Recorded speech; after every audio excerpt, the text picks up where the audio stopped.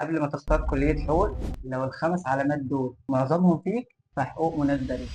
أول حاجة بتحب تفهم قبل ما تحفظ، لأن في حقوق مش كل حاجة هتتحفظ وخلاص، لازم تفهم النص وتعرف تطبقه. تاني حاجة يكون عندك صبر على القراءة، لأن لو أول ما تشوف 20 صفحة تبقى عايز تقفل الكتاب فحقوق هتبقى بالنسبة لك متعبة. تالت حاجة تحب تحلل وتفكر، يعني مش بتاخد المعلومة زي ما هي، بتحب تسأل إزاي وليه وإيه النتيجة.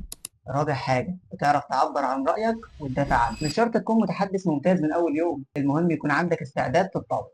خامس وأهم حاجة عندك فضول تعرف القانون بيشتغل إزاي وحقوقك إيه والناس والدول بتنظم حياتها إزاي. لو لقيت نفسك في 4 أو 5 حاجات من دول فحاول تستاهل تكون في اختيارات، ولو مش لاقي نفسك فيهم فده مش معناه إنك مش هتنجح. بس قبل ما تختار كليتك لازم تعرف طبيعة الدراسة والحياة بعد ما تتخرج منها. تابعني والفيديو اللي جاي هقول لك أهم 5 حاجات محدش بيقول لك عنهم عن كلية.